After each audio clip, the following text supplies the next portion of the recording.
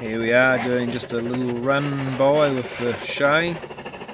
I'm just showing you my new project I've been just working on.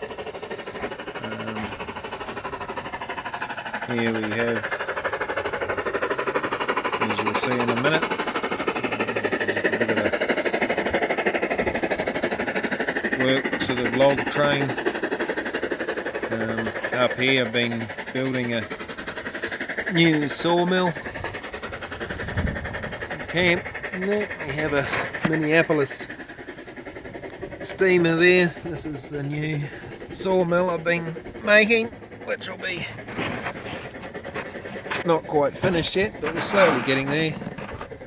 A little bit of a camp and that.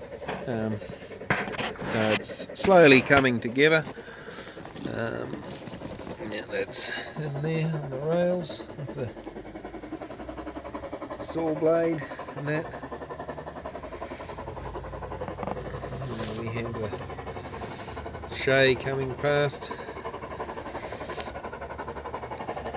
So